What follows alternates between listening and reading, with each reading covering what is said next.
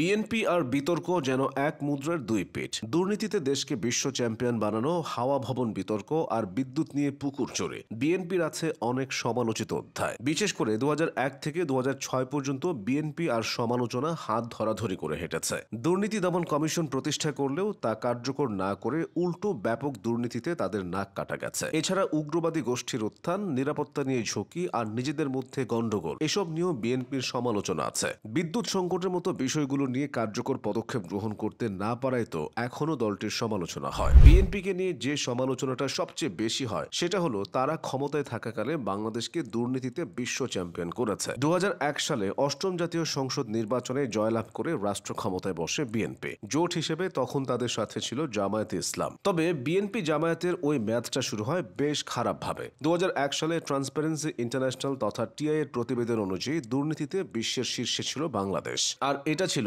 আক্ষরিক অর্থে দেশের অর্থনীতির অশনি সংকেত। তবে শুরুতে সময় না পেলেও পরে বিএনপির সুযোগ ছিল সেই পরিস্থিতি থেকে দেশকে বের করে আনার। কিন্তু সেটা তো হয়নি, উল্টো আর্থিক অনিয়ম ছড়িয়ে পড়েছিল আরও বিস্তৃতভাবে। ফলে ধারাবাহিকভাবে পরের 4 বছরও টিআই এর প্রতিবেদনে দুর্নীতিতে 1 নম্বর হয় বাংলাদেশ। বিএনপির ক্ষমতার শেষ বছর অর্থাৎ 2006 সাল থেকে এই সূচকে বাংলাদেশের উন্নতি হতে থাকে।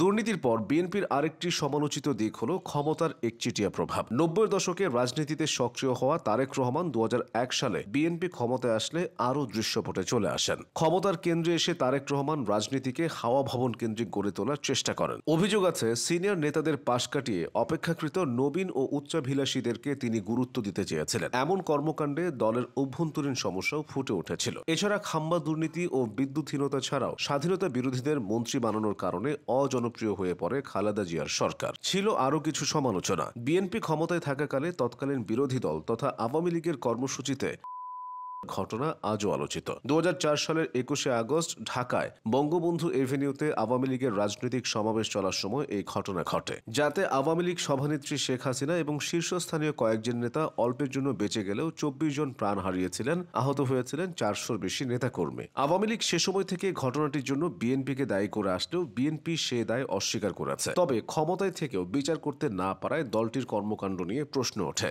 বিশেষ করে পরে যেভাবে তদন্তের নামে জজ মিয়া নাটক সাজানোর মাধ্যমে মামলা ভিন্ন খাতে নেওয়ার চেষ্টা করা হয়েছিল তা আজও সমালোচিত। বিএনপি আমলের আরেকটা কালো অধ্যায় হলো 10 ট্রাক ধরা পড়ার ঘটনা। 2004 সালের 1 এপ্রিল চট্টগ্রাম ইউরিয়া সার কারখানার জেটিতে এই ঘটনাটি ঘটেছিল, যা নিয়ে তখন দেশের পাশাপাশি আন্তর্জাতিক মহলেও তোলপাড় সৃষ্টি হয়। পরবর্তীতে এতে তৎকালীন স্বরাষ্ট্র প্রতিমন্ত্রীর নামও জড়ায়। বিএনপির আমলে 2005 সালে উগ্র সংগঠন জেএমবির উত্থান ছিল বহুল সমালোচিত বিষয়। এর আগে 2004 সালের 16 মে সংসদে চতুর্দশ সংশোধনী পাশ হয়। অনেকে অভিযোগ করেন এই সংশোধনীর মাধ্যমে বিএনপি ক্ষমতা আঁকড়ে ধরতে চেয়েছিল, কারণ চতুর্দশ সংশোধনীর মাধ্যমে সুপ্রিম কোর্টের বিচারপতিদের অবসর নেওয়ার বয়স 65 থেকে বাড়িয়ে 67 বছর করা হয়। এই পরিবর্তনের ফলে সাবেক প্রধান বিচারপতি KM হাসানের পরবর্তী তত্ত্বাবধায়ক সরকারের প্রধান উপদেষ্টা হওয়ার সুযোগ তৈরি হয়েছিল।